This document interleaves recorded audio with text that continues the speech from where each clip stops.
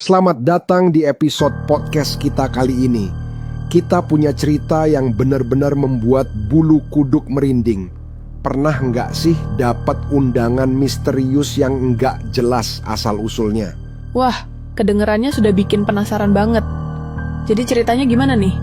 Cerita ini datang dari seorang vokalis grup musik yang biasa manggung di acara pernikahan kampung. Mereka menerima undangan dari desa yang namanya bahkan nggak pernah terdengar sebelumnya, Taman Sari. Taman Sari? Kedengarannya aja udah misterius. Apa yang bikin undangan itu beda dari yang lain? Undangannya datang lewat seorang pria tua dengan mata sayu, tanpa banyak bicara. Ada rasa dingin yang nggak biasa dari caranya berbicara dan menghilang begitu saja. Wah, kayaknya sudah ada firasat nggak enak dari awal ya. Jadi mereka terima undangan itu begitu saja. Iya, mereka anggap itu job dadakan biasa. Bayaran yang ditawarkan besar, jadi mereka setuju. Tapi perjalanan ke desa itu terasa aneh. Jalan yang dilalui lewat hutan dan desa yang tampak sepi.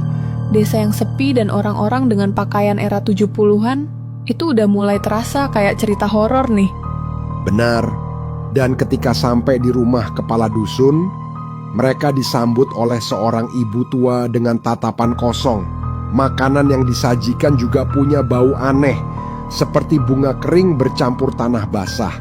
Cukup serem juga ya, kalau sampai makanan pun terasa ganjil. Ada kejadian menyeramkan lainnya?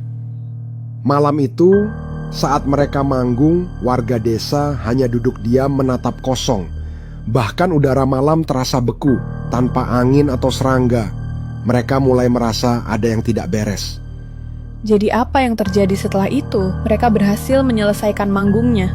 Kepala dusun meminta mereka berhenti bermain pada jam 2 pagi dan mengantar mereka kembali ke rumah besar.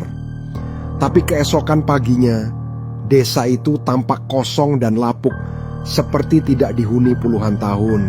Wah, ini sudah sampai tingkat horor yang nggak terbayangkan. Apa mereka bisa keluar dari desa itu? Mereka akhirnya menemukan gubuk kecil milik petani di ladang. Petani itu mengatakan bahwa desa Taman Sari memang sudah lama kosong setelah kasus tragis pengantin perempuan bunuh diri. Jadi desa itu sebenarnya adalah desa hantu? Menyeramkan sekali. Apa yang mereka lakukan setelah kejadian itu? Mereka sepakat untuk tidak pernah manggung di tempat terpencil tanpa informasi jelas.